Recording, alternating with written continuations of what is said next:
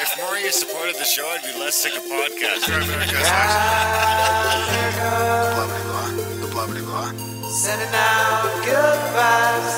Blah, blah, blah. Good vibes. Good vibes. Good vibes. Good vibes. 108 breaths of deep gratitude and prayers for guidance and protection. And put on a didgeridoo and shamanic drumming track. Shivers or vibrations and stuff like that. 108 breaths of deep gratitude and prayers for guidance and protection. And put on a didgeridoo and shamanic drumming. Quick pop in before this week's show. To let you guys know that we do have Stripe running on a side website for now until we can find a new full-time home for Grimerica.ca. So for the time being, you can find all our Stripe options available at Grimerica.ca/Stripe. STRIPE, Grimerica.ca/Stripe. Enjoy the episode.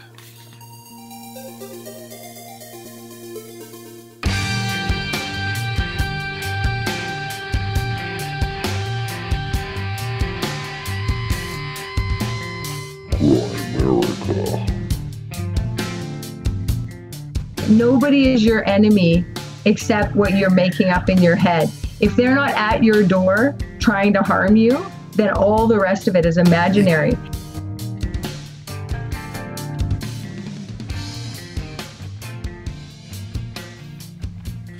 Okay, guys, welcome back to the Grimerica Show. We're going to be chatting with Rene and Tamara a little bit later. Rene Defazio, Tamara Veitch. Of course, you guys might remember we had them on. Oh, must be 3-4 years ago now. Talk about their first book, One Great Year. This time we're talking about their new book, The Emissary.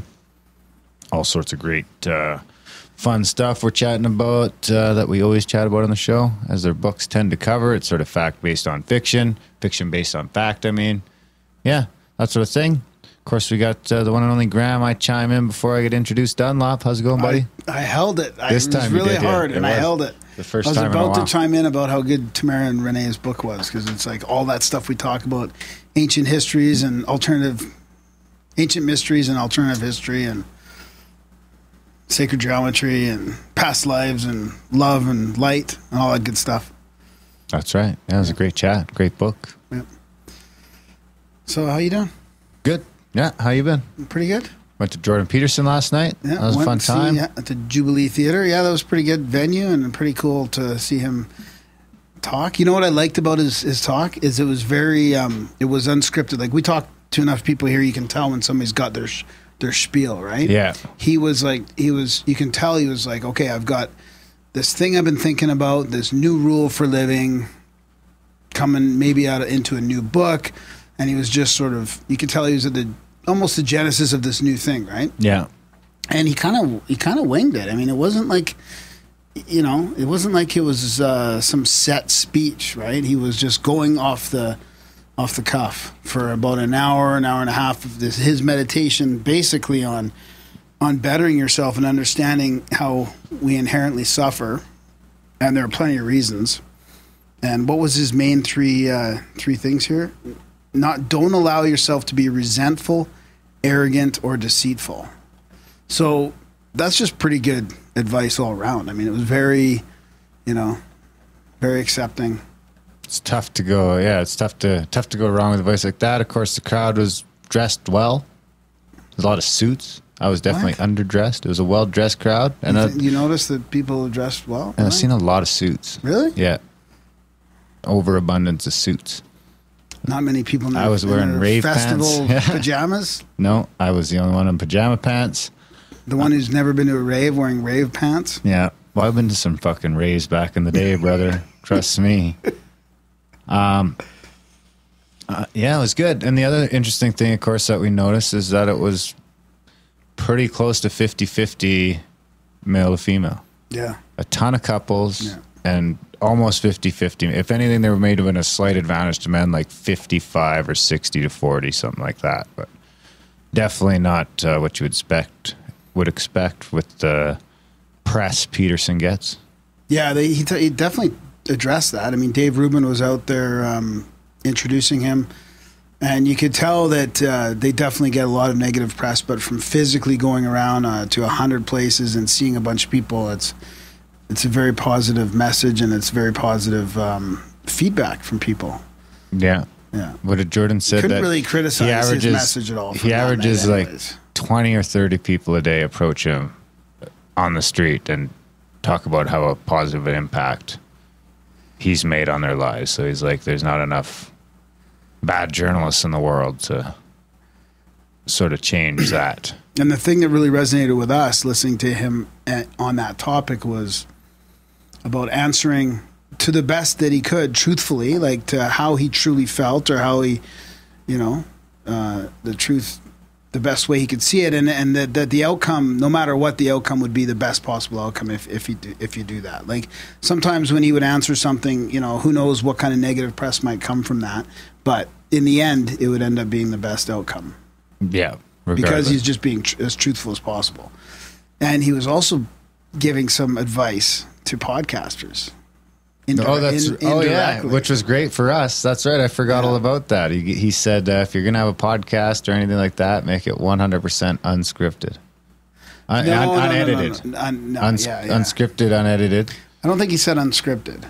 I think he meant unedited, for one, and not too polished, I think. Yeah, I think unscripted was in there too. Was it, you think? Not 100% unscripted, but he definitely authentic is what he was trying to get at. That's what's resonating with people, and I think that's why long form content. That's why he goes out there and does his thing from the hip, and he's not following a script or an agenda out there. He's just like, what's the latest thing that's on my mind? Is this new rule, maybe coming into a new book about not being resentful, arrogant, or deceitful? Like, how can you go wrong with that?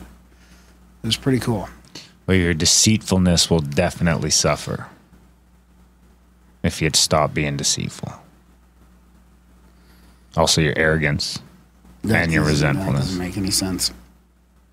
He's also Some people thrive on those things. I think he also mentioned about being grateful that the society that we live in, that, we are. He talked about our infrastructure and everything else and how well it works and how we should be somewhat grateful for that. Yeah. As opposed to thinking that we're being oppressed. Yeah. Yeah. When we're actually just super entitled most of the time. Yeah. But he went into a lot of detail about why we're resentful as a society and as a people, and that we have lots of reasons to be. Like, he wasn't frowning against it, or it wasn't, dissing it. He was just saying there's lots of reasons why we suffer and why we're resentful. Right. Let's acknowledge that and try not to be. Yeah. Yeah. Yeah, it was good. Yeah, it was a good one. Good venue. Good seat. Yeah. Actually, we were second row from the back. It's cramped in pretty tight, but that's okay. We need more support, then we can get better seats. What do you got? Well, I mean, we might as well just jump right into contact at the cabin, maybe, and we'll do that right away. I'd like to be more prepared for that. So I'll start then. I got some feedback. Oh, I got a good synchronicity for you guys. I think you guys have probably heard about this, but we got a couple people sent this into the website. A couple different people sent this into the website. Where are we here? I don't even know if you could call it a synchro, to be honest with you. Okay, we'll just go with one of these then. Well, no, I mean, that's another edition of the Grimerican goodies by the people. You can't say you don't. I got new reading glasses here. So. Uh-oh. So this is one of these, like, what are the odds thing, right? So do I even need these glasses? Probably. So what are the odds? This is our hashtag buzz analysis. The eerie quadrillion to 1 broken leg coincidences of the Joe Theismann and Alex Smith injuries. Have you heard about this? No. So it's kind of a weird thing because it's got a lot of, like, they put a lot of hashtags and links in here, but our show is actually mentioned. So this is from the gban.com blog. Our buzz analysis, the eerie quadrillion of 1 broken leg coincidences connecting the Redskins, QBs, Alex Smith, and Joe Theismann. This is a tangent in and points to the structure and pattern in consciousness. Here at the Global Buzz Analysis Network, we are all about the buzz analysis when we're on a cannabis high or when we are sober. We apply our learned cannabis sensibility from being ripped to any subject. And we enjoy pointing that high-powered observational perspective to exploring out of the ordinary things like the synchronicities of these two mind-boggling events. Slowly, the rest of the country is starting to get up to speed on the eeriness and the gigantic quadrillion to one improbability of these two separate but strikingly similar events. So, and they sadly involve a gruesome injury, and our hearts go out to Alex Smith and our wishes for a speedy and 100% recovery. This is where the coincidences start. Washington Redskins quarterback Joe Theismann broke his right tibia and fibula on November 18th, 1985. In a game in Washington that ended 23-21. The only three-time Defensive Player of the Year, Lawrence Taylor. I remember Lawrence Taylor back in the 80s. We used to play that video game Tecmo Bowl, and like he was one of the best. What the fuck NPCs. is Tecmo Bowl? You don't know what Tecmo Bowl is?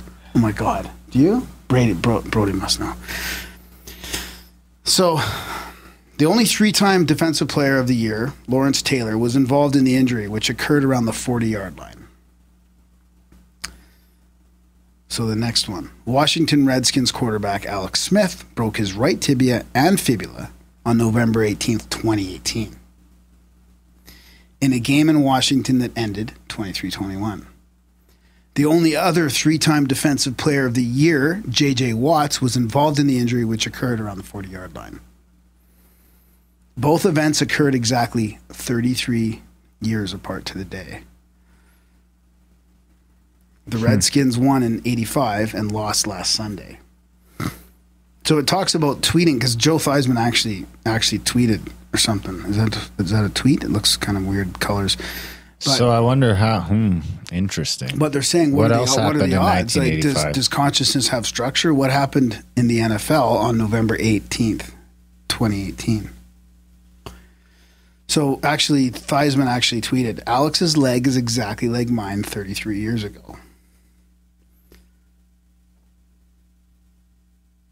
So what are the odds that these events can be exactly the same in at least 5 different areas? Date, score, tackler, 33 timing, and the team. It's got to be 1,000,000 to 1. Well, they're saying quadrillion. They're making up a number. And what does this have to do with the G-ban? The hashtag G-ban. The Global Buzz Analysis Network was conceived and manifested for talking about events exactly like this, among a myriad of others. You could even say that this is a prime example for what needs this kind of buzz analysis. Cannabis is not only a medicine, but it is a very effective tool that can give us all some badly needed perspective on many similar type tangential discussions. That's why it's called getting high, right?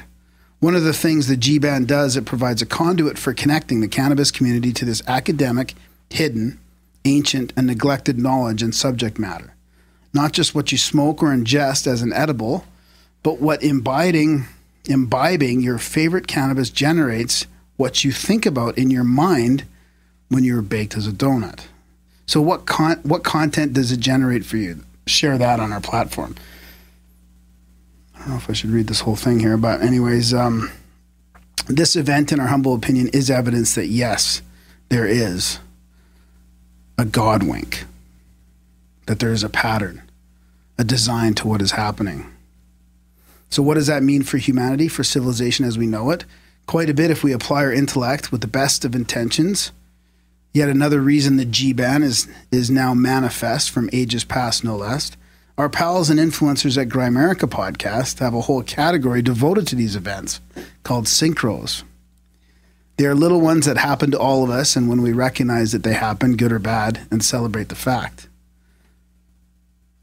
When I am under the influence of cannabis, I myself see and feel this connectiveness all too well. Way too well, actually. The joke among my friends is that I always drove the buzz bus, collaboratively connecting subjects and humor to the point of collecting collective piss your pants hilariousness. So that's why they embarked on this website. There's more to the reality that meets the eye.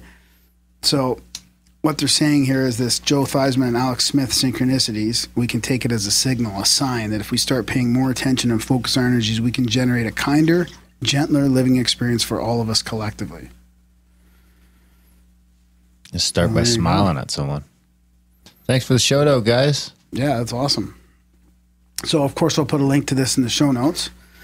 I thought I saw something else there. What was the, I was adding up the scores. 23 plus 21 is 44. So I don't know. Or no, is it? Yeah, 44. I don't know if that means anything. No, 42 would be cooler. Yeah. Who knows? 33 again. You can, but that's you can crazy. make number fuckery work in a lot of different ways. Yeah. You know what I'm saying? Yeah. Crazy. That reminds me of the Lincoln. The Lincoln, that's very similar to the Lincoln one. The Lincoln and Kennedy assassination. Oh, yeah, that shit is which fucked. is crazy. Yeah. Shit. Kennedy was shot in the Lincoln, and Lincoln was shot in the theater Ford named... Yeah. We've pulled that up for... We'll find that for next week. Yeah, we should. That was a good one. Yeah.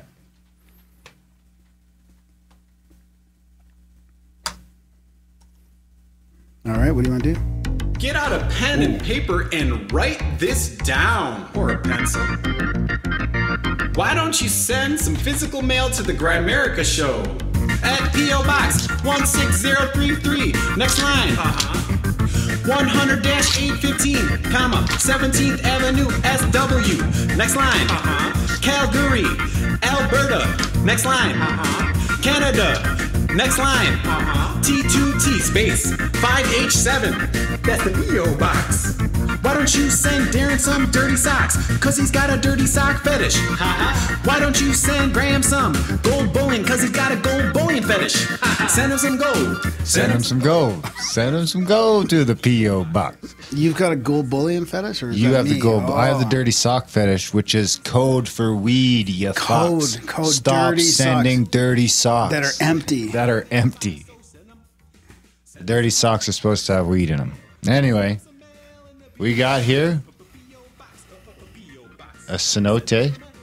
I went swimming in a cenote last time I was in Mexico. Oh, nice. Yeah, snorkeling. Is it like a lagoon kind of thing? You know what? That's not the one you went to. I'd have no way of knowing. Oh. I wasn't on the UK. Oh, shit.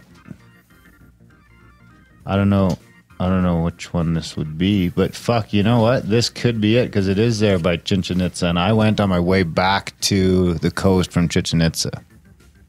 Chichen Itza? Chichen Itza? Whatever the fuck.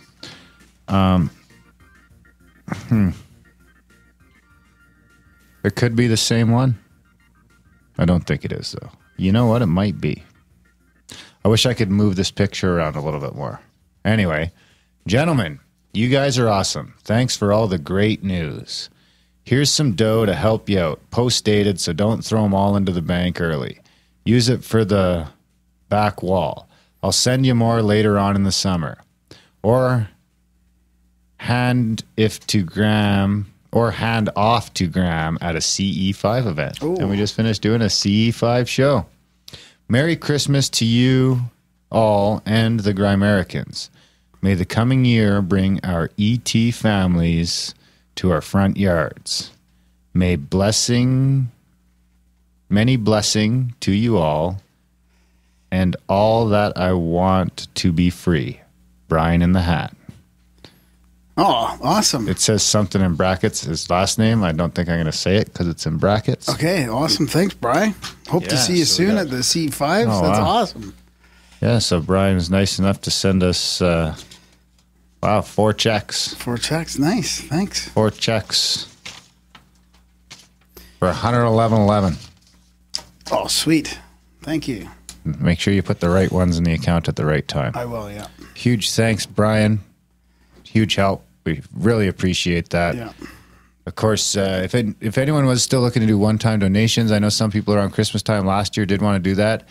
The link to do that, and I am going to have it in the show notes and put it on the website. I just haven't had a chance. We're waiting to migrate the server, and it's just been a mess lately. We're scrambling as usual.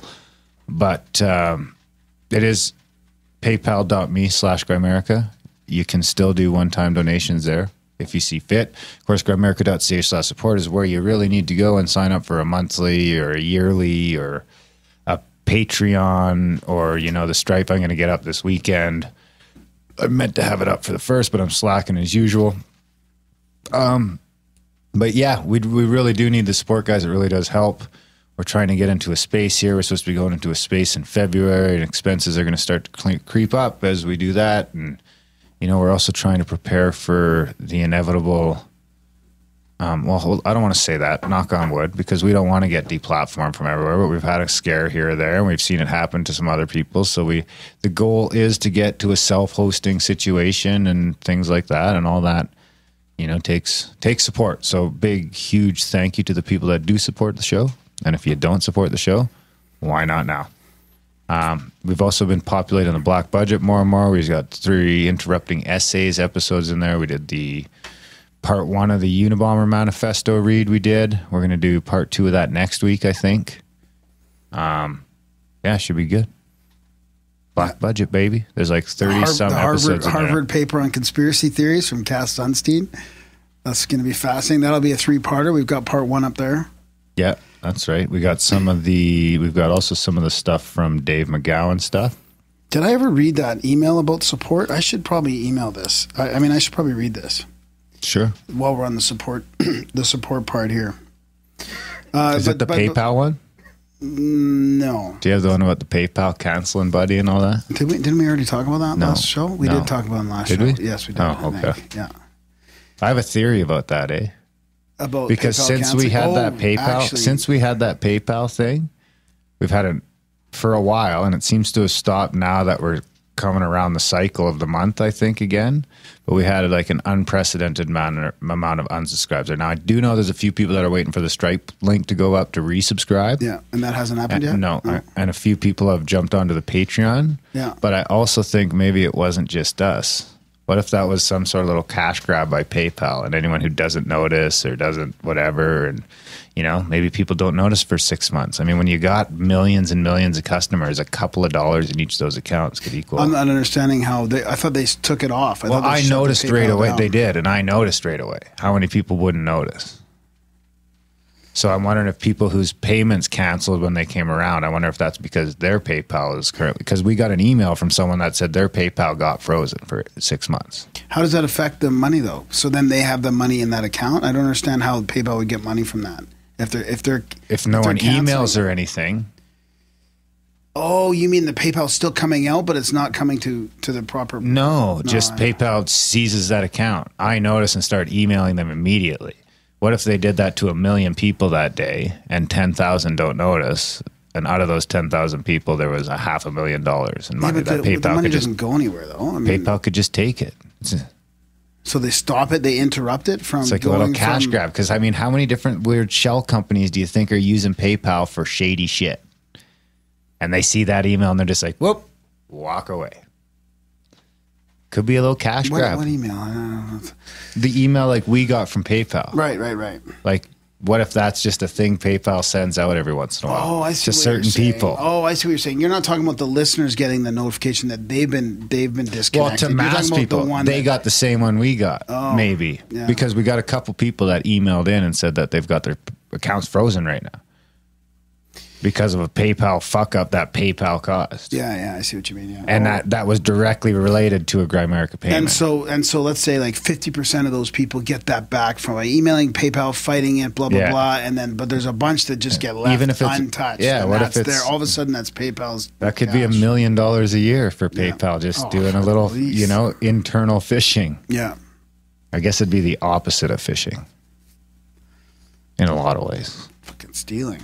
Yeah, well, there's a lot of that too. It's stealing. They're already stealing enough. But anyways, for people to get to extra content in the black budget, we still consider it value for value because really you can just donate anything and you get a manual. When you donate the new donations. You get the login for the website and access to the forums or to listen to the episodes on the website, and you also get the RSS feed. And it can be any donation. Yeah. Okay, so here's an interesting email. I don't think I've read this before. Good morning, Graham. Longtime fan, longtime monetary supporter. So I'm going to keep this nice. Ooh, maybe I should read this again. I don't agree with the outrage with this various socialist. Can't even read this. I don't agree with this outrage with the various social media and content streaming outfits supposedly censoring content creators. Graham calling YouTube the last platform of free speech. Did I say that? I don't know why you would ever say that. I think I meant podcasting. YouTube's, I think that's gone, is an appalling admission to how pathetic we as internet users have become. YouTube, Apple, Spotify, etc. are non-profit, non-public entities. If they don't want someone on their platforms, whether they're dicks about it or not, it's their choice. Blaming them empowers them and keeps focus. Wait, which companies? YouTube, Apple, Spotify, etc. Isn't Apple publicly traded? Well, blaming, I don't know. Aren't they all publicly traded? I don't think that's the point, really. Blaming them empowers them and keeps focus off of who can fix the situation. Content consumers. People, if you like a show, fucking support it with money, even $1. Graham and Darren have said it before. If every listener donated $1 a month, they would be set. That's what we as content or as creator/consumer ecosystem should be aiming for. I'm mad at Carlwood for raising. Oh, geez, I forgot about this. I'm mad at Carlwood for raising prices. $8 a month is too much for his content. I'm not supporting him. But imagine 8 for 8 shows worth of content. That's more reasonable and rivals a Hulu subscription. If we all did this, we could make an ecosystem where everyone would benefit. Consumers would get their content, creators would get their support, and Google can go to hell. I challenge all the listeners who have yet to pledge to join the good fight and start donating anything. Myself and people like me have been doing more than our share in supporting creators we love, but we are losing this fight. Now is the time, or forever lament in an internet where all you hear and see is what Google and Apple say you can. If that happens, make no mistake, it is your freeloading fault. Pretty harsh, but... Harsh, but fair. Well, I don't know, it's kind of scary, because that's, man, a couple more people got banned off of Twitter recently.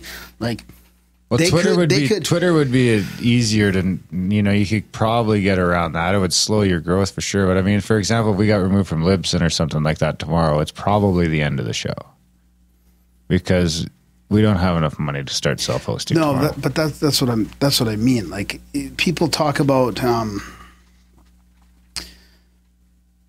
as if this podcasting. We were talking about it today in the chats about growth of podcasting and how the potential of it is to grow. And I stayed away from getting too negative about the fact that they could flick a fucking switch and we'd be toast. Mm-hmm. A lot of podcasts, whoever they wanted to toast, they could just decide. Big tech could just say, "Fuck it, you're done."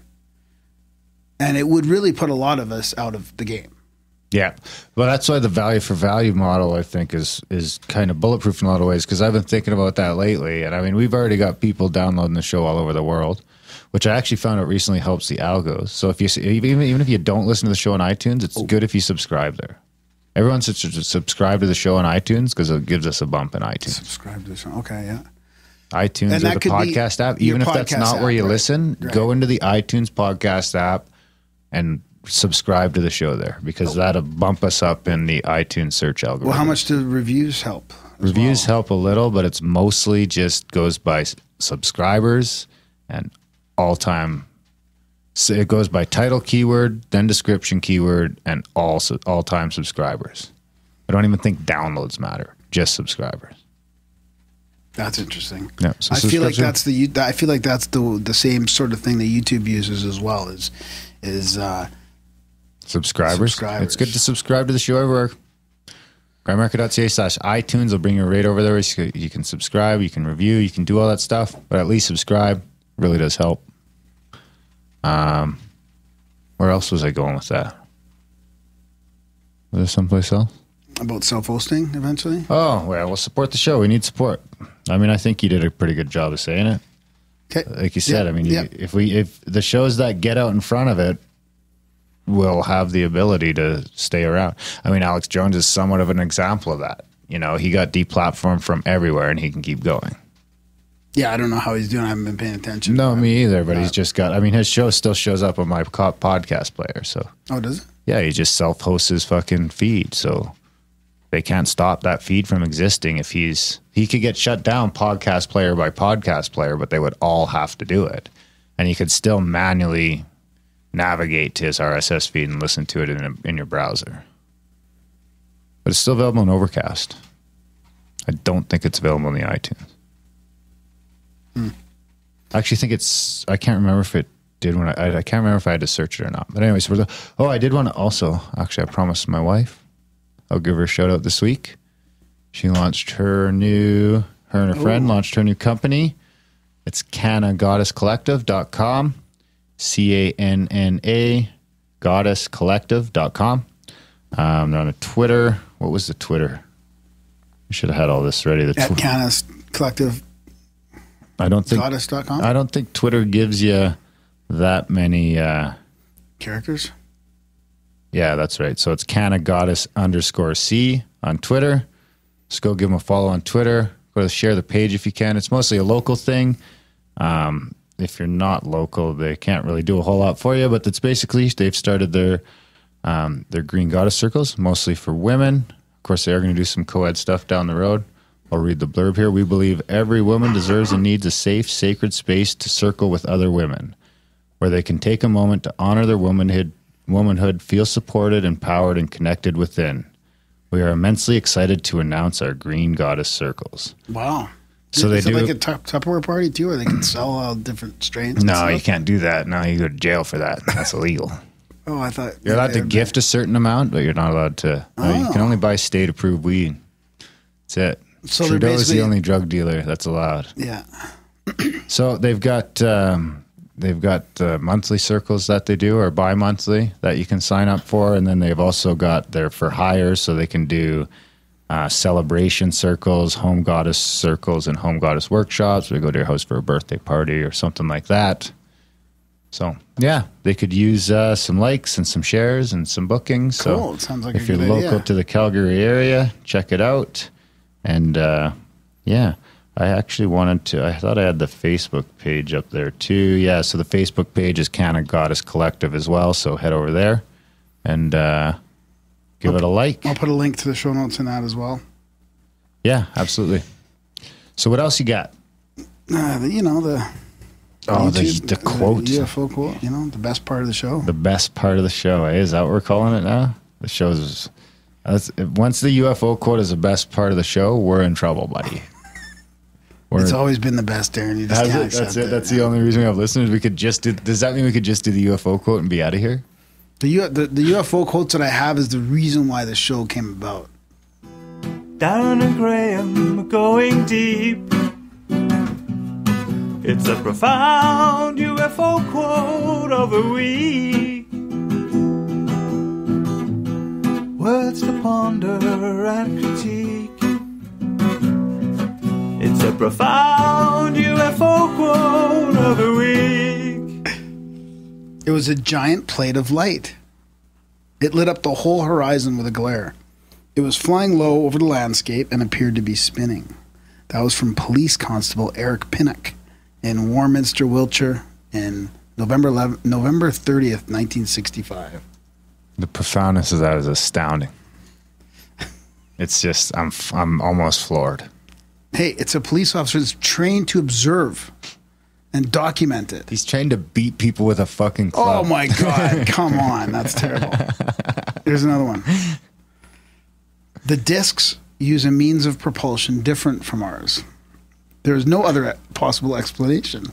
Flying saucers come from another world. And that's Louis Breguet, French aircraft designer and manufacturer. Interesting. Yeah, I got that one right here too. Oh, 3? Yeah. Contact between U.S. citizens and extraterrestrials or their vehicles is strictly illegal. Hey, did we skip right over contact at the cabin? Yeah, we got to talk about it next. Dr. Brian T. Clifford, Pentagon official, the New York press conference, October 5th, 1982. Yeah, we got to talk about Contact the Cabin because our guests of this show are going to be there. Rene and Tamara are going to be there. Absolutely. And we're going to visit with Randall Carlson for 10 days in Colorado. It's going to be fantastic. We got a bunch of people coming. Big log cabin. Would you consider it a log cabin? Yeah, eh? And as long as you consider it like a $3 or $4 million log cabin estate on 122 acres in the mountains, yeah, and then you could call it a log cabin. There you go. Like a lodge. Yeah, like a big lodge, basically. So it's Elk Lake Lodge in Pagosa Springs, Colorado. 75 spots were available. I think we're down to about 50. The details are May 17th to 20th is the first event. May 20th to 23rd is the second. May 23rd to 27th is the last, which is, of course, the extra day for the same price, which is, I think, almost sold out. I think there's only camping and maybe a couple bunks left, so you're going to want to get on that right away if that's the one you want. Graham and I will be down there. Randall Carlson will be down there. A bunch of other Grimericans, people who were at CAC last year are going. It's selling out quick. Got to get on this. I'm telling you, it's going to be a hell of a time. The flyers in the news, I think the flyers in the thing, there's a website too, and there's the email, CAC 2019 at hdtravel.me. There's a downloadable flyer in the show notes that has all the information and the rates. If you email that email address, they're going to give you all the thing. Basically, you get a private room for about $750, bunk room single, so that's with a bunch of other people in a bunk bed room. Is $650. There's a couple pullouts going for $600, and tent spots are $500 with full amenities to the house. Which, like I said, we said it's got a private lake and shit. Randall's going to be staying there. We're doing some fireside chats. We're going to be doing some tours, doing some visits. It'll be a great time. Some live podcasting. Yeah, hopefully. Graham will probably play some D&D and shit. Hopefully. Guaranteed. CE5s? Oh, yeah. Some CE5 stuff. Oh. And we're right near the Four Corners. Well, we're not right near. A couple hours from the Four Corners, which is a very famous for paranormal UFO activity. So maybe we can linger around there one evening. Yeah, absolutely. I was actually talking to another... We should get Chris O'Brien. I was actually talking to another mystery guest today that's thinking about popping out for the first weekend. Oh, sweet. Yeah. Huh. I don't want to say who yet, just in case he changes his mind, but he's strongly considering. He's supposed to let me know this week. Nice. Be a little celebrity guest. Really? Yeah. All right. Yeah. Well, there you have it. I think that's about it, eh? Support the show, do the shit in the show notes, and Merry Christmas. Oh, yeah, shit. We got to do this for the first time of the year since it's December. I've been waiting to play this, so we're going to play out with this one. Oh, do I have it on here? Maybe I don't have it on here. Oh, man. I don't even know what you're talking about. You don't know what I'm talking about? Just keep talking. Keep talking. It's not on that one. What's the significance to December? Christmas. Right now? It's only like this. It's the beginning of December. Hey, I actually seen all your... Christmas decorations in storage? In the storage. I was going to text you and see if you wanted to pull them out for you. I'm not doing it. No? No. Fuck it. Bah humbug. Are you going away or you're just canceling Christmas? No, just, That's terrible. Terrible. Keep talking. I need a minute. Do we need to do this? Yeah, we today? need to do it. Just keep talking. Right, just keep talking. I know you got your hockey game where we got to hear in like 30 seconds, okay, bud? I'm not good at talking to myself. You gonna give her? I can do another UFO quote. I'll do that. That's what I'll do. Because I just realized there's way more than I thought. What? Yeah. You said you've been saying. I know, but I found a whole nother page.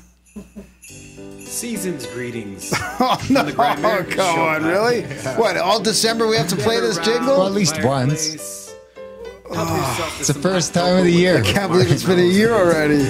Maybe have a candy cane or two. And maybe some cookies. Enjoy this chat. It's so warm and jolly. Cry Merry Christmas. Podcasting from the igloo. Darren plays Jingle Bells on the didgeridoo. And over there, that's Graham crying tears of joy as he listens in on the little drummer boy. I see you've acquainted yourself with T-Ron. Yeah, it's true, he puffs Christmas trees of medicinal. Wait a second, is that? Yeah, I think that's Sasquatch beneath the mistletoe. Get over here, Graham. Thank you for saving me and giving me a kiss. And it looks like Napoleon Doom is decorating the room with tinsels, ribbon, popcorn on strings, and poinsettias. They are in bloom. And you might ask, who's that in the green and red Lucia Libre mask? Why, of course, that's RPJ. Feliz Navidad. It's so warm and jolly. Cry Merry Christmas. podcasting from the igloo. Darren plays jingle bells on the didgeridoo. And over there, that's Graham crying tears of joy as he listens in on the little drummer boy. You'll get a warm and fuzzy feeling if you donate to the Grimerica show. So get in the spirit, reach down in your pocket and make it rain. Let it snow, make it snow, let it snow, let it snow, make it snow. Donate to the show. Donate to the show. Donate to the show. It's so warm and jolly.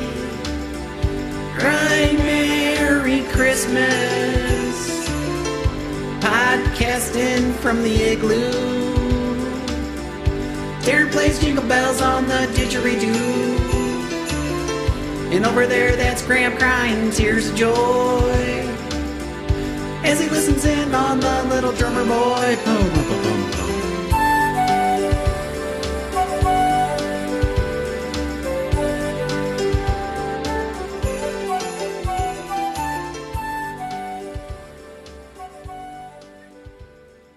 All right, we've got two of our favorite authors back, Tamara Veitch and Rene Defazio. You guys have written now The Emissary, and the new book coming out in that series is, I just want to say this right now before I forget, The Emerald Tablet. And you guys were on a few years ago. We were talking about your book called The One Great Year. And it was a fantastic book. I read it. Darren's wife read it, and we had you guys on for a great show talking about your journey through that. And of course, it interweaves all kinds of stuff that we talk about on the show into a great fictional fantasy. And we're really happy to have you guys on to talk about the last few years and your journey into splitting this awesome book into two new books and a new series of books, and all these synchronistic things that have been happening to you guys. So welcome back to the show. Thanks, guys. Yeah, we're super excited to be back. There's been lots of changes for us with all the changes to the books, and we got married. Oh, congratulations. Yeah. 2015.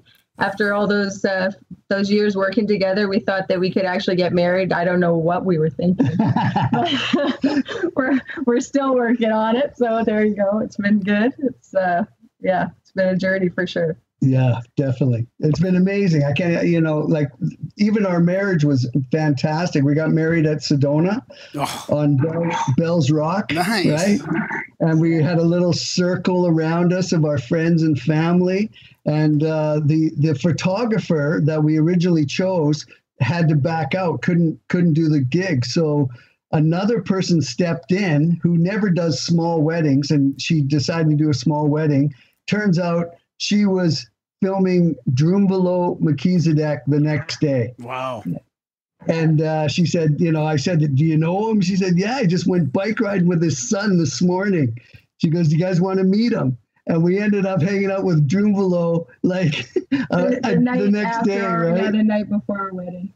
And we on our wedding rings, we have the seed of life all around our wedding ring, and got to hang out and talk with him for half an hour. It was magical. Oh, wow. I mean, I get the sense he would love your book too. I mean, I remember reading in what's the book of his? The Serpent. The Serpent in the Rainbow? Yeah, no, it's not that one. It's something else, and it was really interesting about all the ancient sites and the feminine energy that we're going through now and all that stuff. It was pretty cool.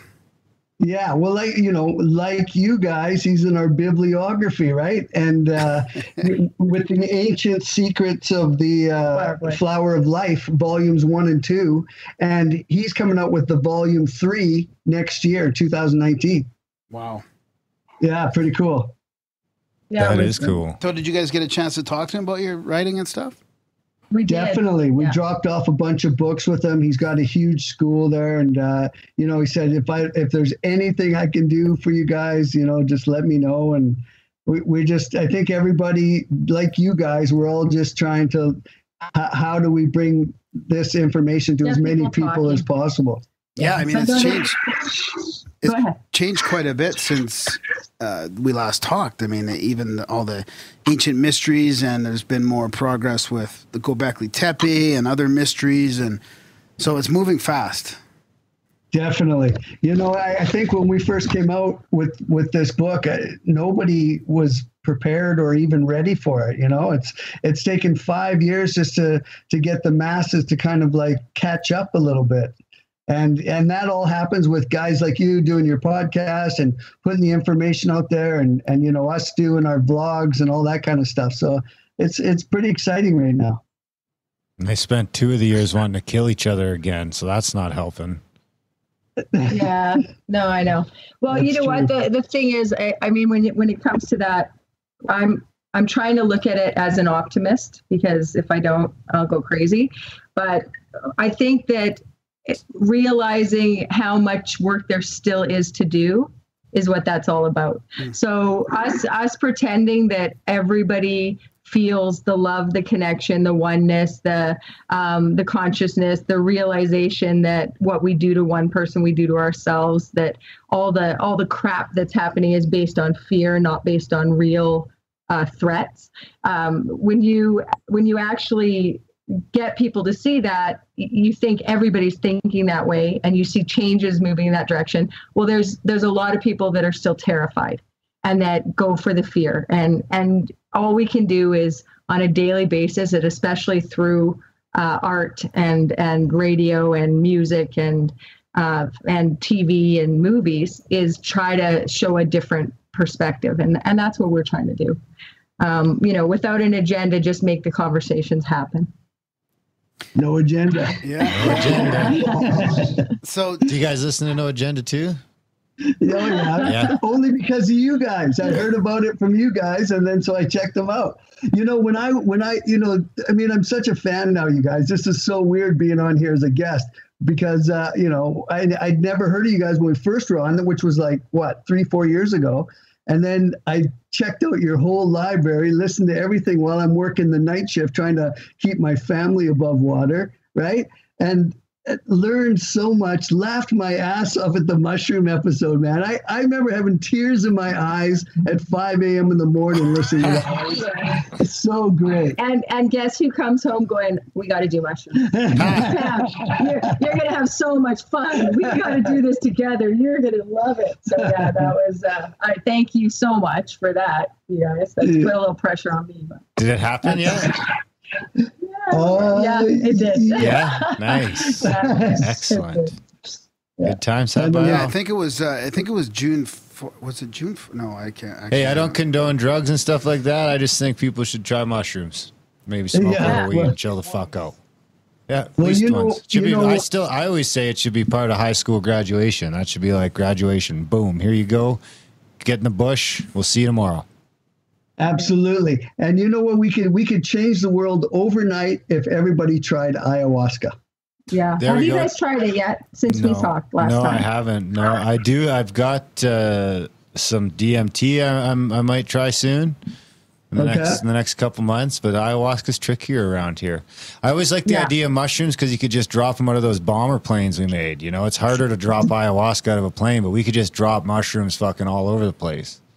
Well, given the experience that we had, and I wouldn't talk about my experience with ayahuasca last time we were on, because it was still too, oh my God, it was tragic, life altering, and I just couldn't even go there. But I'm happy to do that today. But you know, first things first, like you said, being responsible around drugs and condoning things. There's nasty people out there, and there's people that are doing it wrong, and there's people that are selling people's something called ayahuasca and an ayahuasca. I think it's called toe or something. But they'll call it ayahuasca ceremony, and it's not. We went to Peru. We went to a really safe, highly acclaimed place in just outside of Pisac, and we had a harrowing experience. I did. And I would absolutely tell anybody, if I hadn't been as safe as I was, it would have been really dangerous and ugly. And I was in such a safe place, and I was very well taken care of. Right. So, you know, I would, you know, it's a huge venture to do it, and don't take it lightly. Like everything, you've got to do your research, right? I mean, you have to. You got to be safe. You got to take care of yourself. It's a foreign country. But I tell you, the experience, like we had two completely opposite experiences. Because we're writers, it was almost like she had the negative experience and I had this crazy positive experience. Yeah. Well, when you go in there, you ask, they ask you, what is your, what's your purpose? What's your point of doing this? What do you want Mother Ayahuasca to show you? And I was so naively stupid, and I don't regret it, but I don't have the courage to do it again. I said, show me what I need to know to be of most service. And I was shown what the world looks like devoid of love and connection. I was shown what the universe looks like when you feel complete isolation and separation. And it was that emptiness and that sadness and that disconnection, which is probably only, a little tiny piece of depression and the things that people go through these days and are trying to medicate for. That was harrowing. And, but it did give me insight that I did not have. Yeah, that sounds like a pretty good question, though. I mean, a pretty good purpose. I don't know if, you'd call that naivete or not, but it sounds like, it was pretty genuine. I mean, maybe you didn't expect to see the results of if nobody did service, and it was, that sounds pretty dark, but I don't know. Yeah, it was tough. It was tough for me to witness, because I'm telling you, she cried for like 3 days straight. Yeah, wow. It was horrible. And I was just listening to on my way to the studio tonight. I just started. Oh, what's it called? Sorry, I gotta find this. You're having a big bong moment there. So it's I just got my Audible credit, so I grabbed the 7 Habits of Highly Effective People, just because I heard a lot about it, and I just started it today, and like the whole part I listened to on the way over was how being in service of other people is the most important thing you could ever do. Well, you know what? I think we started out the One Great Year series with the idea of being in service and doing, finding we knew our purpose was to bring something to the world that would make it a better place. And then it evolved leaps and bounds as we did research and as we found out more about consciousness and found out about just this awareness of the connection and oneness between people. And there's no doubt that being in service, it elevates your quality of life. It's not 100% altruistic. I agree with the skeptics and the cynics.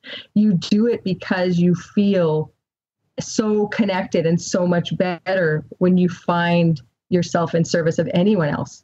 And they get the benefit and you get the benefit. And if you can live your life on that balance, it's fucking awesome.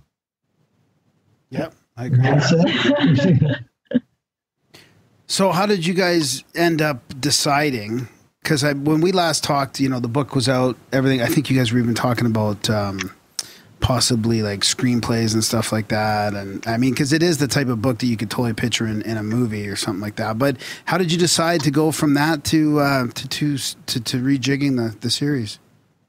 So that's a great story. So what happened was we were approached by a producer that was going to fund the movie and our book.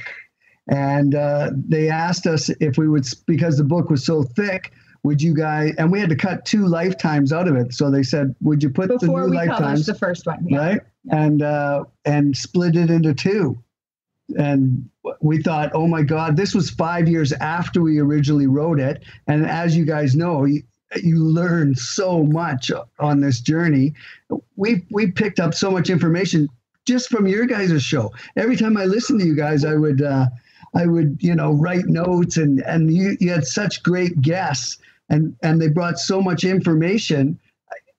I went, oh my God, we got this wrong, and we could flesh this out more. And so and book 2, by the time this publishing opportunity came along, book 2 was the sequel to One Great Year was almost finished, and we knew where the story was going, and we knew what was missing. We knew that we needed to tell, it was very much like Star Wars. We had a prequel. We had a story of when they were little kids and how Helgul goes bad and why Marcus and Theron have the love connection and the soul relationship and the soulmate situation that they have. And that wasn't told yet. So we went back and we split it and we told that story. And now in book 2, we're dealing with how the world's evolved to present day now. And our present day chapters we have a brand new ending. This book does not end. Book 2, the Emerald Tablet, does not end at all like One Great Year did. All of the present day has been rewritten, and there's a whole entire lifetime and a huge array of characters that happened during World War II, during the Nazi regime, that we had originally wanted to include but didn't. And now it's been fleshed out, and it's my favorite. It makes me cry every single time I think about it or talk about it or read about it. And especially with what's happened in the world right now, it's more relevant than it's ever been. Yeah. And one of the producers that was attached to us from the beginning passed away. So we had to get a whole new group of producers for the film. She sent us a new group from the other side. Yeah. That's what we believe. Totally believe. And the team that our producers have put together, they have like 42 Oscars between them. Wow. Right? So everything's growing, everything's maturing and evolving, and they're still gung ho. They're working hard on bringing this. I guess they're working on getting it to a Netflix kind of series now, and that's kind of the goal. But it's exciting. It will happen. It's just these things take time, and unfortunately, we've been have to wait.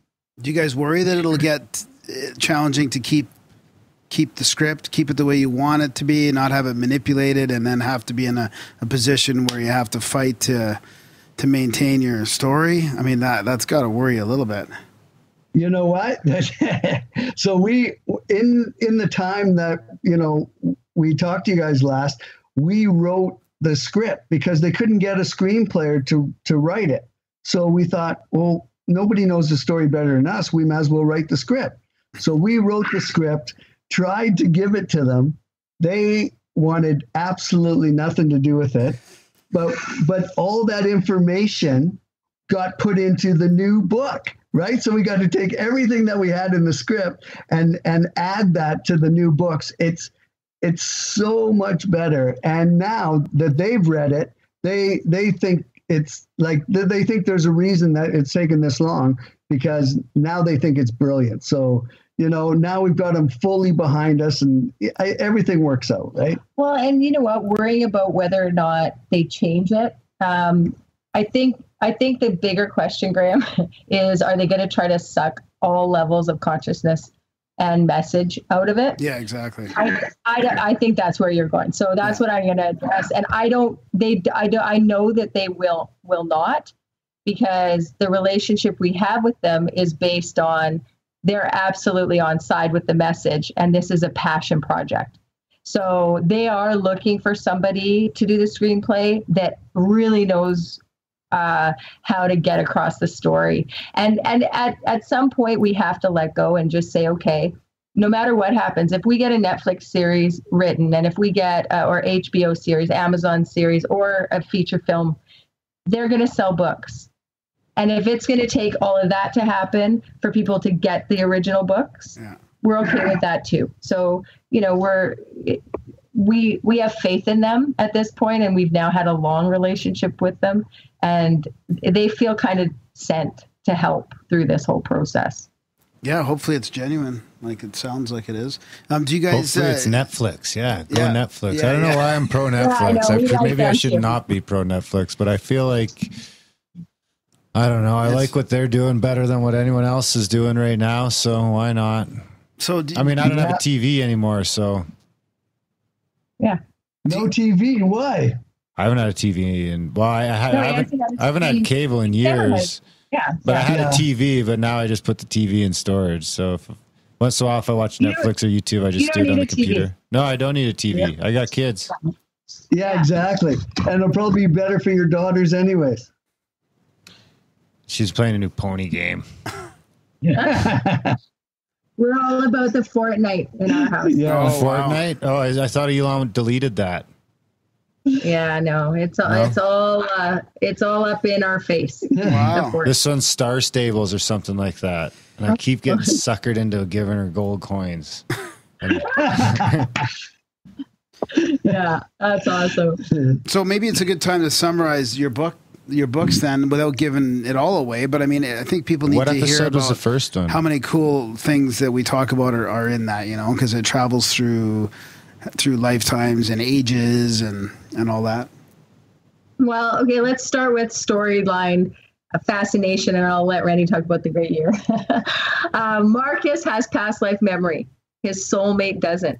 And he pursues her through different ages in our real world history. So you're connecting with times and people and even characters out of history that you might have read about in school. Like book 2, we go into Plato and Aristotle and Genghis Khan and Alexander the Great. In book 1, we're dealing with an ancient civilization down in Bolivia that we went to visit Tiwanaku and Pumapunku, and we've set it there in those locations. But these characters have a purpose, and they're emissaries and they're adversaries, and they're in competition with each other to decide where the world goes. And it's set in an alternative history, an alternative worldview, and that's the great year.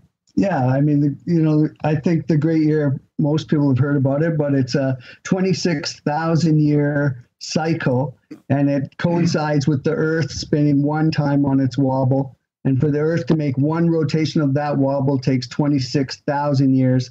And it's believed that within that cycle, there's a rise and fall of consciousness. So that's essentially where we set the backstory to our right. And the emissary starts in a golden age. So the golden age is the peak of the great year cycle. And in a golden age, people are connected to one another, to the planet, to the energies around them, and to each other. And we've got things like telepathy and technology that's far more advanced than we have now. But from that golden age, there's a cataclysm. And there's a fall into a silver age, into a bronze age, and into an iron age, which is kind of what we're coming out of right now. So where that dark age is that point in World War II for us in our book. Give or take a couple hundred years, people agree on this, that believe in the great year cycle. You know, the great year cycle was talked about in 31 ancient civilizations. The Mayans talked about it. Plato talked about it. It was well known. If you're really interested in it, there's an amazing book called Hamlet's Mill. And Walter Cruttenden does a great video called The Great Year. It's on YouTube. Yeah, so there's lots of nonfiction and lots of theory and potentials. Hey, Hamlet's Mill. Yeah. Is that the book Dave Matheson loves so much? Yep. Yeah, I'm not sure. Yeah, it is. Yep. David Matheson? Yeah.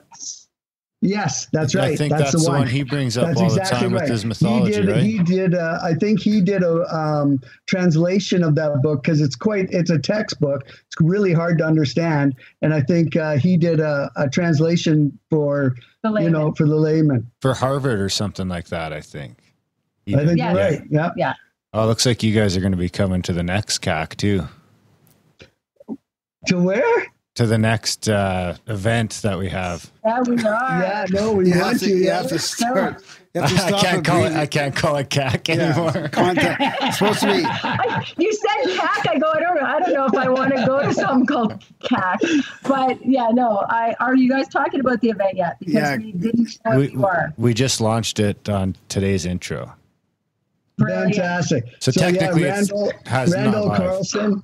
You know that he's in our bibliography just a couple notches ahead of you guys, and C comes before G. His sacred geometry stuff blew my mind when I first saw that stuff. It was like, how come the whole world is not talking about this? And the way that he delivers it, it's so easy to understand, and he's such a great speaker, such a great teacher.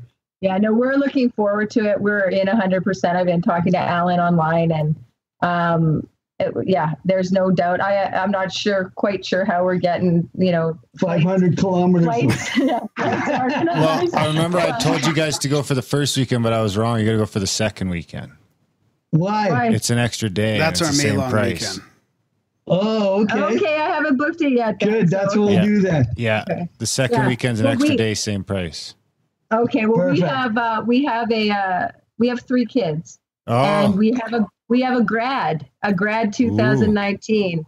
So I have to look at, I think the second weekend though will work for us. And Darren, I do think you need to bring your wifey along, because if we have one the Great Year Series fan there, that'll be great. If there's any other Great Year Series fans out there, we're going to be in the trenches with you at this event, absolutely having fun and listening and learning and communicating. So and come it's in on Colorado. out, and we'll share. We're gonna share the information. So if we have any super cool readers that want to join us on this, hopefully we can get a few people out too. Yeah, that's fantastic. I mean, Randall's stuff really parallels your work more than I realized. I mean, it's not only the sacred geometry and that kind of stuff. He's talked about, the Holy Grail in very interesting ways, and, heavy metals, and talking about, the catastrophism, which is a big part of the theme in your book. So really, really interesting work. And that's the reason that we put it in there, Graham, is because of Randall Carlson's work and Graham Hancock's work of the meteor hitting Prince George. Because Prince George, when they said the meteor hit, was a giant lake that was starting to melt. And I think you guys went out and saw that rock that washed out onto the prairie. Yep. Yeah, the big rock. With Randall, yeah.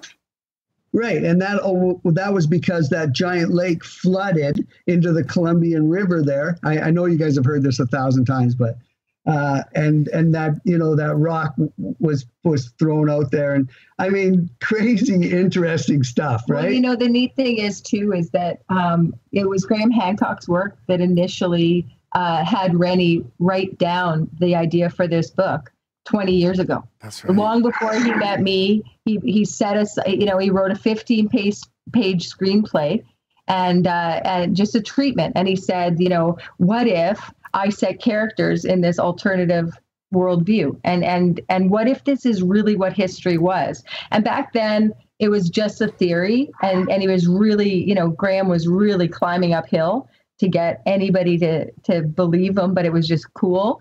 And now Göbekli Tepe, and there's so much happening that's really adding fuel to this idea that, the One Great Year Series and the Emissary, it's time. And we realize now 2013 was too soon. It wasn't time yet. And there's so much bubbling up under the surface right now. All the spiders are being scared out of the corners. And it's time for people to realize why. Yeah, we got a chance to visit Corral, in just outside of Central America there. Yeah. And it's the oldest city in Central America. There was no wars. There's all these circular type temples there. They had a symbiotic relationship with the people on the ocean, the fishermen. It went on for thousands of years. And the oldest civilization in South America. In South America, yeah. And I think Graham Hancock, actually, that was in his book. And then, Tiwanaku, which is a one-off civilization. They have these H-shaped blocks there, and they actually slide in, cut and groove. It's amazing. Have you guys been to Bolivia yet? No. You know what I was thinking, though? The other day, I drove by, I was driving by the construction site where they're building the new ring road, and they had all those those weird concrete Lego blocks with little notches in top, and they stack so that they can stack them up and fill up a bunch of dirt beside them and don't fall over. And I was thinking, you know what? Puma Punko is just probably the leftovers of some fucking on-ramp.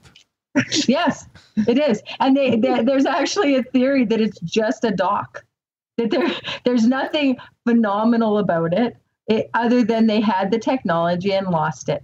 And if we can even considering that, even putting that out there and saying to people, consider something other than what you're being taught.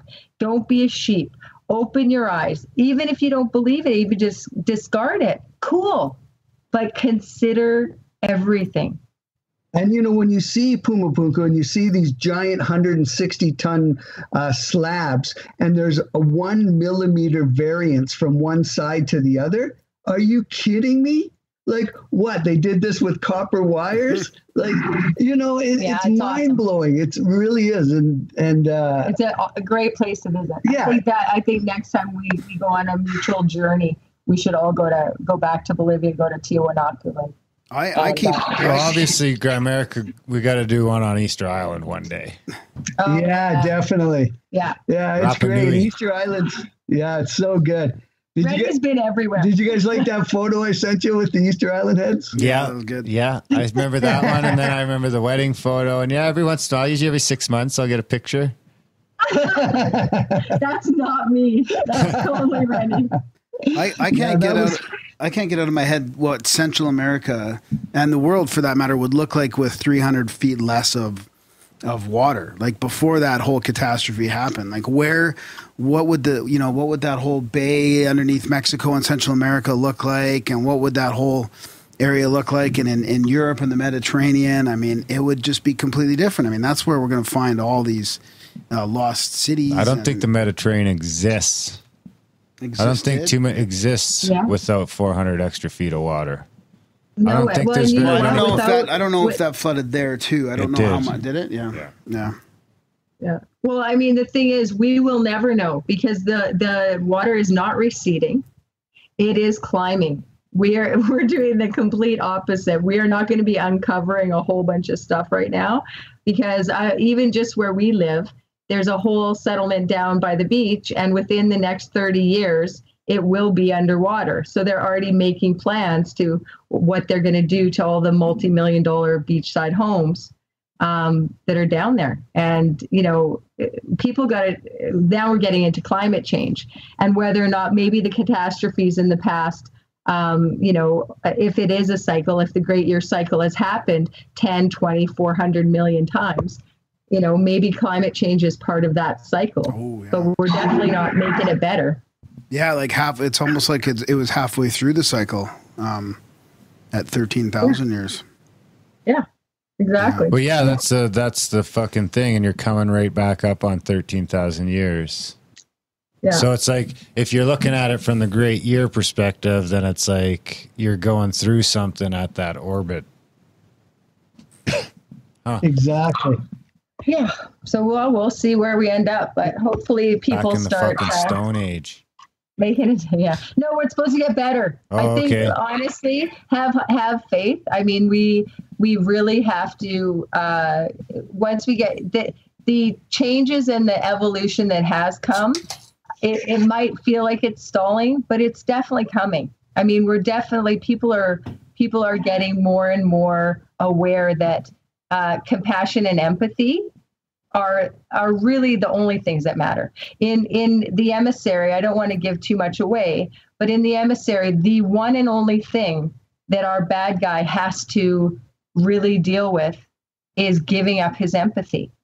That is what makes him be the bad guy that he can potentially be, because Helgul still feels love. He still feels passion. He still feels all those other things. But without empathy, those are selfish. And you can feel all the love you want if all you care about is how that affects you, and that selfishness of that, and that possessiveness.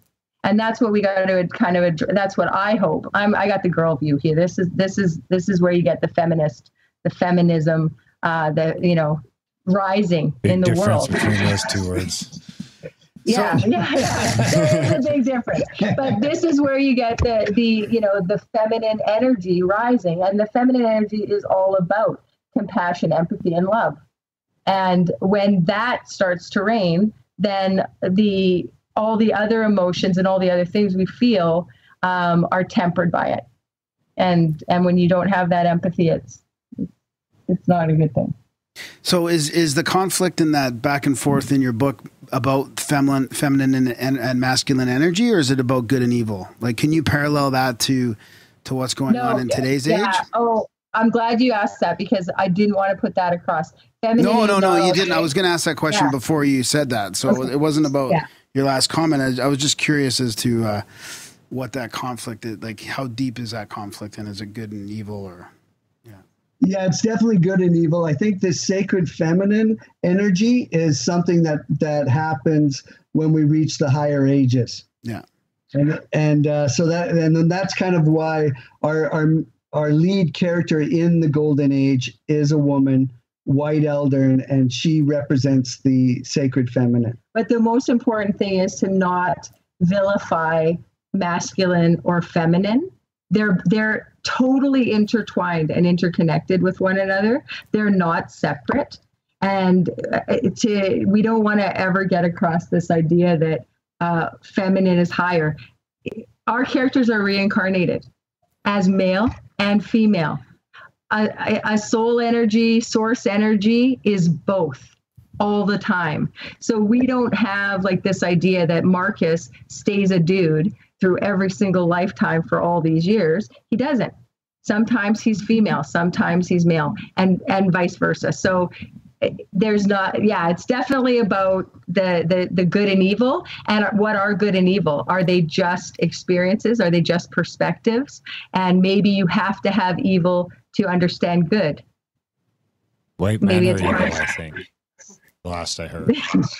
That's right. That's the fear. That's the fear that's putting out there. Is that why it's ramping up so much? Because they don't want us going into the golden age and the free energy and all that shit. They're like, no.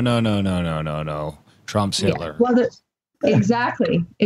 And I think that no, really, I think it's part of it. I think that trying to make anybody the enemy.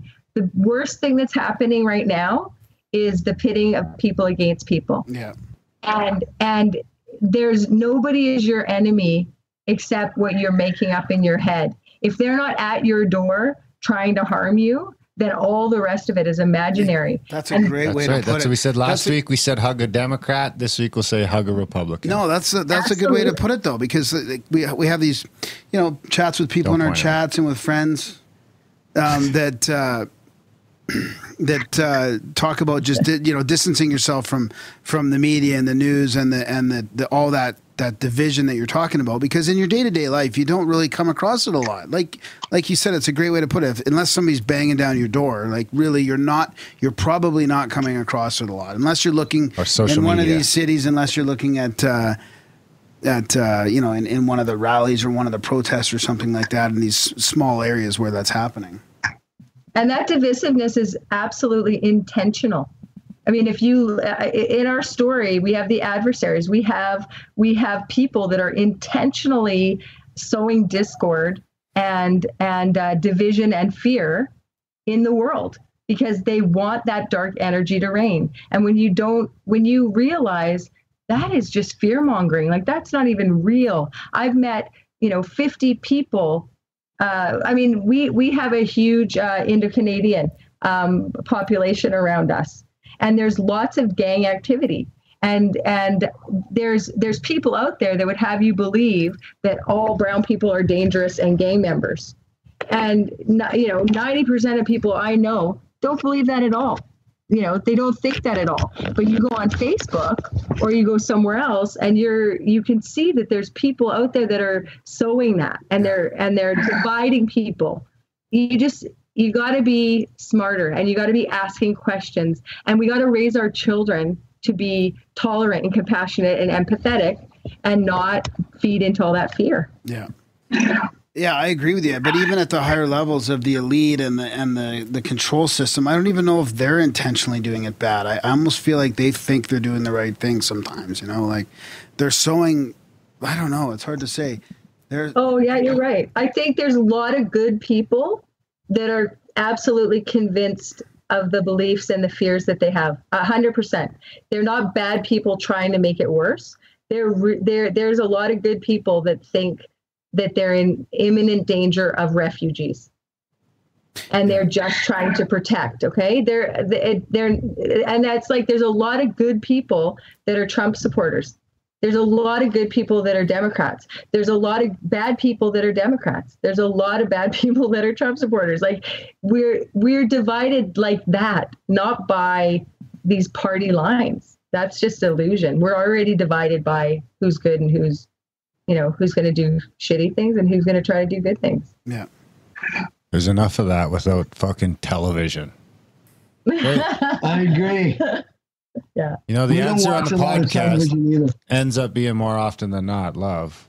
Yeah. Yeah. It's like, I would say we're at like 8% of the guests end up saying that. I don't know. No, I'm just making it's up. like, 50? It's like 30, 40, 50%. Like end up 30, 40, 50%. There's been a lot in the last little bit where the answer is love. Like, and that's what the guest is saying, and that's what we're saying. I was read a great quote the other day. Yesterday's quote from my quote book was, instead of seeking love, give love. Mm-hmm. Yeah. Well, you know what? I live by that. I kind of it's been a weird journey as writing partners. Rennie and I have done a lot of signings, and we go meet people. And as we're meeting people, I have hugged more strangers and had them fall apart in my arms than I ever would have believed possible. And there's this weird moment where I look at somebody and they make eye contact, and I know it's the first time they've made eye contact in years. And I'll just stand up and walk around the table, and they just need to be loved. And, you know, people need to realize that making eye contact and looking at the people around them is a huge difference in how we function on the planet. You know, it's funny. It's a lot like your two relationship, you know. Graham, you're kind of like the open guy, right? And Darren, you're kind of like the cynic a little bit. And you guys sit across from each other, and I do the same thing at these book signing events. And Tam is this loving creature that, you know, she's clairvoyant too.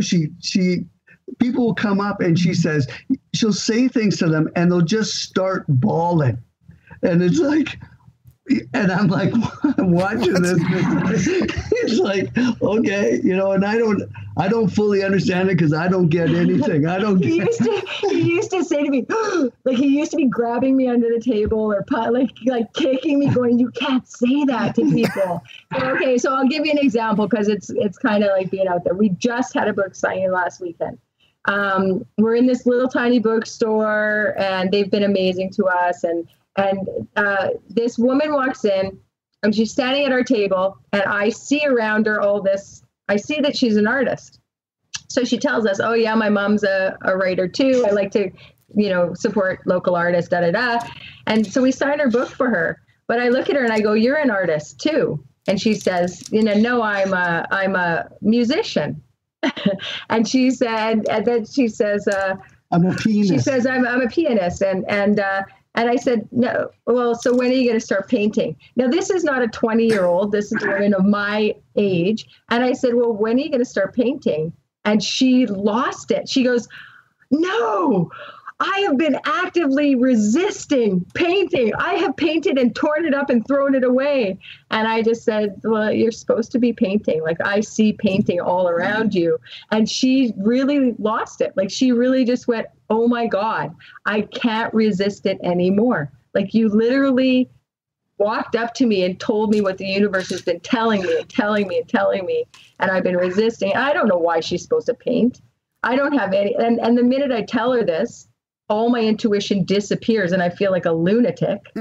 But there I am standing on the other side of the table hugging her. And she's like, "I can't believe you said I have to," you know, so I think everyone can do that, but you have to be open. You gotta trust your brain when your intuitions come, when you get these messages for people. I have the guts and the craziness to just say, I think this is happening for you. And like 9 times out of 10, it is. Yeah, you kind of got to not care what people think or what's going to come out. I mean, you really have to just let go of all that self-consciousness, I think, to be like that. But I think the eye contact thing is very important. I mean, it really does mean a lot. Like if you stare, like we were talking about before, I had a trip to the Czech Republic recently, and I was telling you guys how stoic and how stern the people were, and they weren't really very emotional, like either way.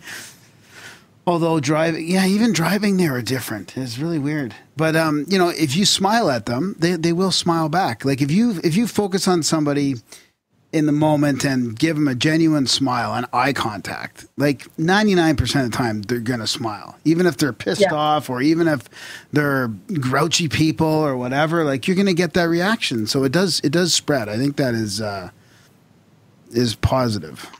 Yeah. I was at the hockey rink the other day. A guy walks by, this old guy, and he goes, "Thank you." And I said, "For what?" He goes, "Just for smiling." You know, it's funny because I get the complete opposite. I'll smile at somebody and they'll like flash me the angry eyes, like, "What the fuck are you smiling at?" I get about 50-50. I'm a big smiler. I try and smile at people. Yeah. But it's about 50-50. It's that sly grin. It's not a smile. It's that sly grin. That's right. It's a smarmy grin. They're like, "What do you want?" I say that when he smiles at me too. Have you heard of the Emissary yet? Open up your coat. You got a couple of books in there. Exactly. So when's the new one? The new one comes out soon? The new book comes out. Well, it was supposed to come out February, but they're holding it back now to June 4th. So it comes out June 4th, 2019. But the audiobook, we got a chance to do the audiobook to the Emissary.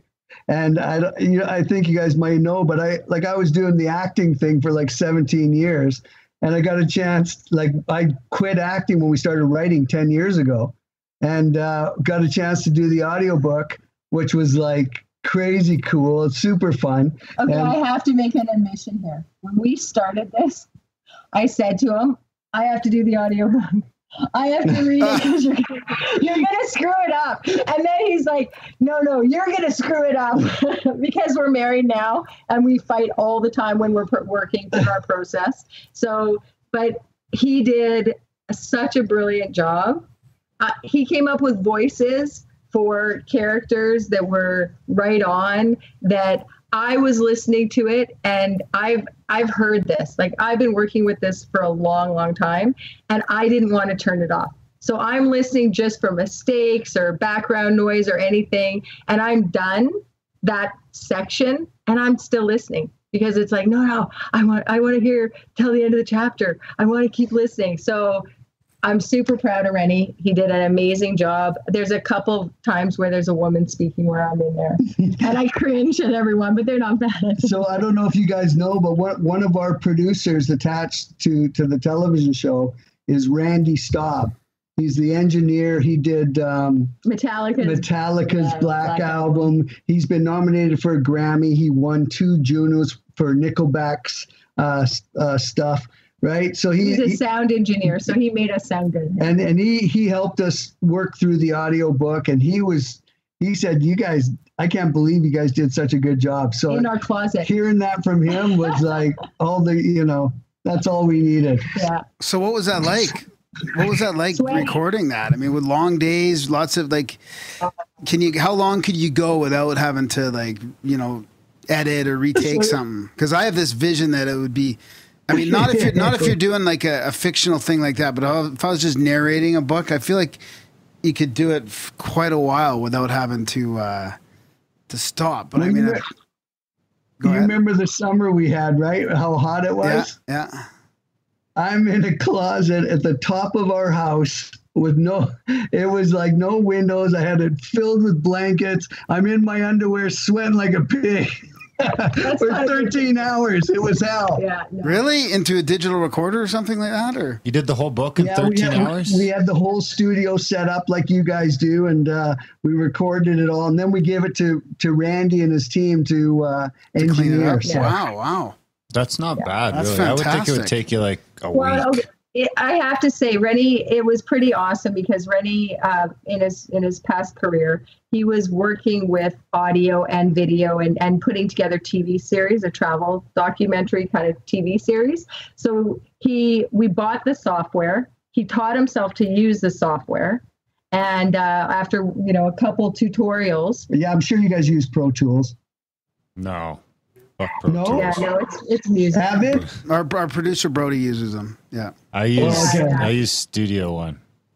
Yeah, well, it's not menu driven at all. It's really complicated. There's a million buttons. There's a million things. Rennie figured it all out, and it was awesome for him because he was able to miss my family reunion this summer with a really good excuse. Excellent. And he didn't have to come along. But it was an amazing summer. He worked so hard. I think I sent you guys a couple of the book trailers. Did you guys see those? I don't think I did. I did, but I don't. But I don't think it was. Was it audio? Like, is the audiobook done now? Yeah, there was audio with them of Ready reading. So we do have book trailers on our website on onegreatyear.com and our YouTube channel.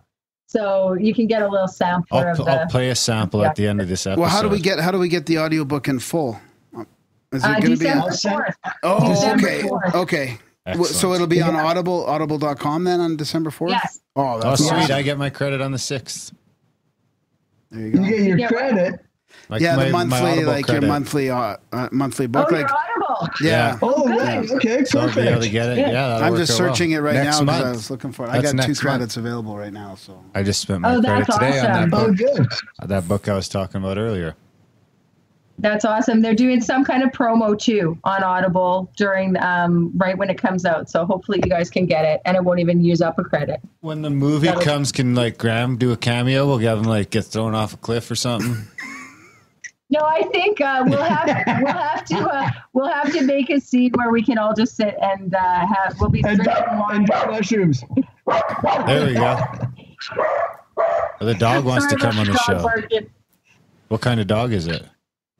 It's a rescue, and he's a little. We think he's a Shih Tzu Terrier, and we named him Socrates after one of the characters from the series and one of the most famous Greek philosophers ever. So yeah, he's awesome. He sits right on our shoulders and right at our side the whole time we're writing. And when we get really annoyed I'm the one who keeps talking about this, but when we get really annoyed with each other, we just turn to look at the dog and go, "Hi, Socrates," and it takes all the stress off of each other. Yeah, maybe you guys can help us with that. How do you work together? We're not married. We're together 24/7. We work together. We eat together. We shop together. It's when times are good and you're party and things are good, it's fun. And when you're really deep into it, it's excruciating. yeah, we couldn't do it if we lived together too. Oh my god. It's bad enough we work together and then we're like, oh, see you at the studio and we gotta come straight here. It's I could use a little less of Darren. I could use a less Graham too, to be perfectly honest. Something's gonna have to give eventually. Whether it's the podcast or the job, we'll see. But so you guys can relate. Yeah. Oh yeah. Yeah, that's right. Yeah, well, it's funny because every couple we know says, "How do you guys do it?" And we literally say, "I don't know. I don't know how we do it." We know that we got to take breaks. That's the biggest thing. Is that we got to. A couple weeks ago, we finished book 2, handed it over to the final, and I said, "I'm done. Like, we're gonna have a huge Halloween party. And all I did was focus on that. And poor Rennie, I really decorated, and he came to help, and he goes, "Well, maybe we should." And I looked at him and I go, "This is not a team project. I am doing this alone. Hit the road." And he was good with that, which is awesome. He went and did the music for the party. So. Thank God marijuana's legal. That's all I want to say. Did you guys dress as any characters in your book or anything like that, or? Well, we actually did a literary theme party. So the whole house was decorated like the living room where the dance floor was scary movies, and our original book cover was in there, and we had all kinds of stuff. We didn't dress as characters from our book. I dressed as the Wicked Witch of the West because The Wizard of Oz, I think, is one of the most brilliant takes on the archetypes of human behavior, and I think it's still accurate today. So that's what I did. Rennie went as a cowboy because he looked super hot in the hat. No. Jesus. It was Louis L'Amour. You guys remember those books way back, those Westerns? Yeah. I'm too young.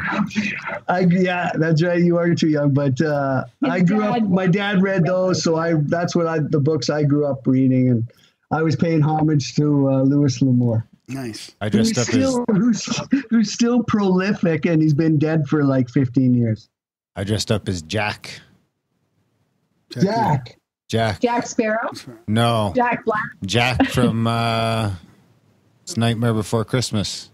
Oh, that's I was awesome. going to dress up as Jack Dorsey, but I couldn't find a big enough douchebag. Well, there you go. That's probably a better choice. That's right. Yeah, it was. I just like to wear a mask. You throw a mask on, done.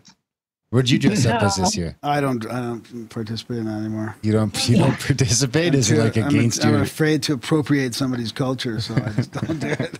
Oh no. Okay, should we talk about that? Because I wear Indian garb.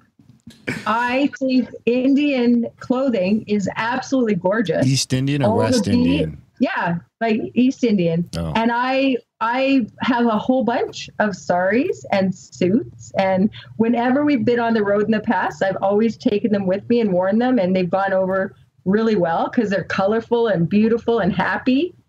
I don't understand that. At all. No, I'm a West Indian, I think and I say it's good. I think it's a respectful thing. I think when you do that, you respect their culture, not appropriate it. So I think they've got it completely opposite, to be honest with you. Yeah, if you're not mocking, then I think it's you, fine. And Halloween is just Halloween, so get the fuck over yourself. Yeah, exactly. Well, I don't do it for Halloween, but I have seriously a big wardrobe and of those kind of outfits. And when I wear them, the Indian women, they thank me. Oh, you look, like they love it. They love seeing it. So I love seeing it too. I think she looks hot as hell in those Indian garbs. All right. Maybe you should try Bollywood for your book. I don't know. Oh, what? I'm slowly switching my wardrobe to the Bali stuff. Bali? The festival here. I love it. He's found these comfortable pajama pants that he's wearing. Yeah. I just love the store's called Bali Imports. You go in there, it's like all this like rave shit. I don't rave or anything like that, but the clothes are great. They're all they're loose fitting. They're so comfy. The pockets are huge. They got a string on the bottom. I can tie them up wherever I want. If I want them to be shorts, bam, they're shorts. So I was like, how do I get my life to the point where I can wear clothes like this every day? Exactly. I think they are. They're totally comfortable. I love the Bali stuff. Yeah, I know. I used to wear that all the time. They're great for traveling, but you wear them here, and people look at you like you're a nut bar. That's okay. Fuck them. They just just smile at them. No. Smile at them. Aren't you guys on the West Coast? You should fit right in over there. Well, it's not tight enough. Just head south a couple hundred miles and you'll be fine. And he's not a snowboarder. Right. Okay. Yeah. It's like we live in a little bubble. And did you just say I'm old and fat? He needs to wear pants.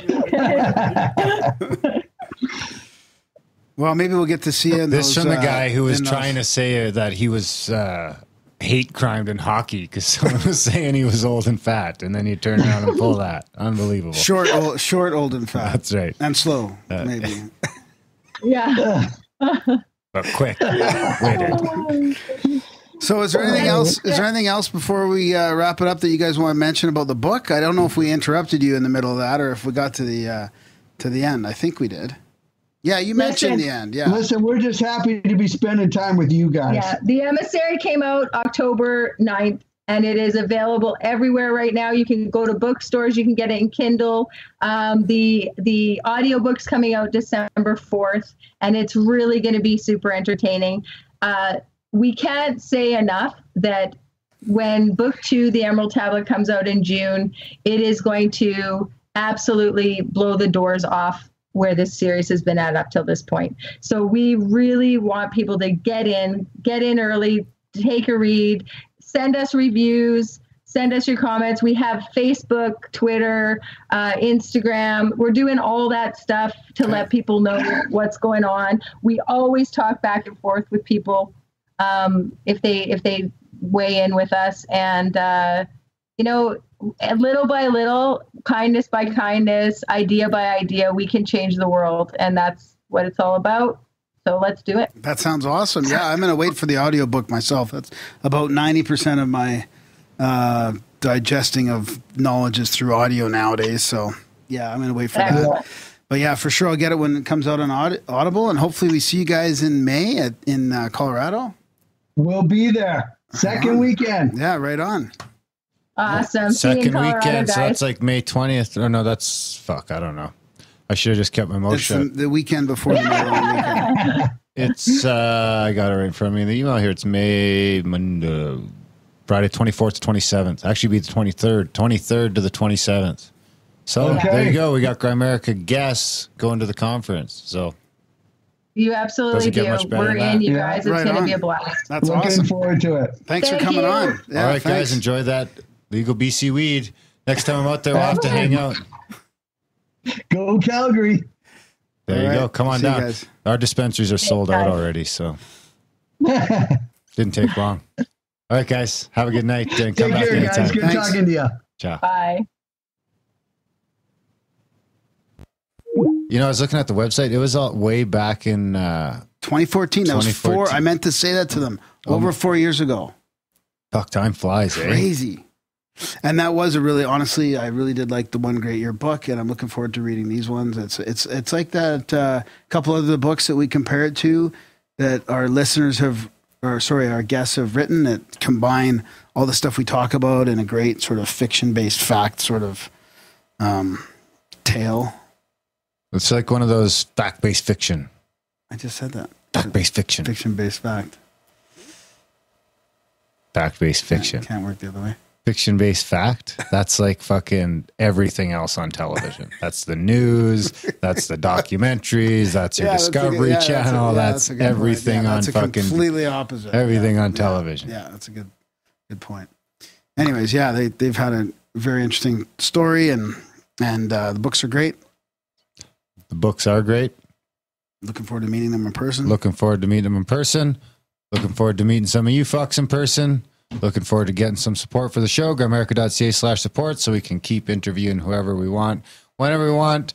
Graham's finger banging a kangaroo scrotum over here. It's kind of fucked up. Probably as good a spot as anyway. So send stuff to the P.O. box. Smells like leather handcuffs. Are you smelling the scrotum now? Excellent. We'll put a picture of the scrotum in the chats. Grimerica.ca/chats to join the chats, guys. Grimerica.ca/support to support. Everything else is in the motherfucking show notes. See you next week. Thanks for listening.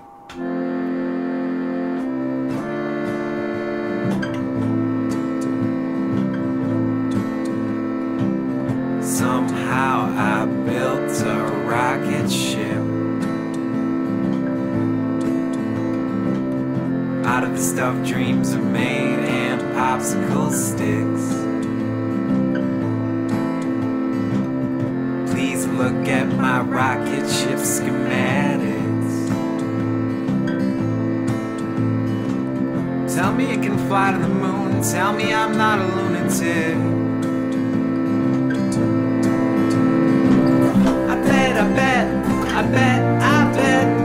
I bet you think I'm a space cadet. I bet you think I'm a space cadet. No regret, I do not fret, 'cause I am a space cadet. In my hands I have a gas can and matchsticks. Yes, Earth is my home, but I need a vacation from all the sadness, the chaos, and dramatics. I'll let you do the countdown, 3, 2, 1, no hesitation. I bet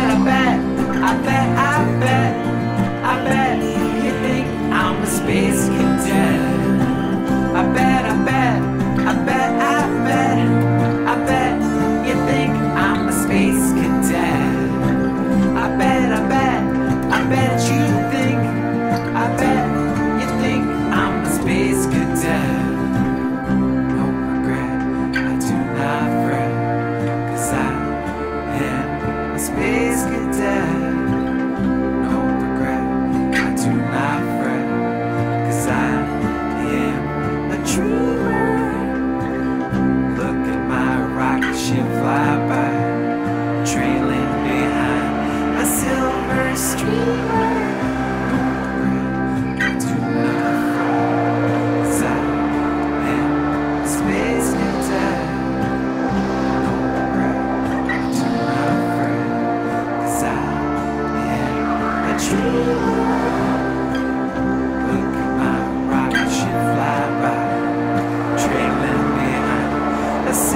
thirsty.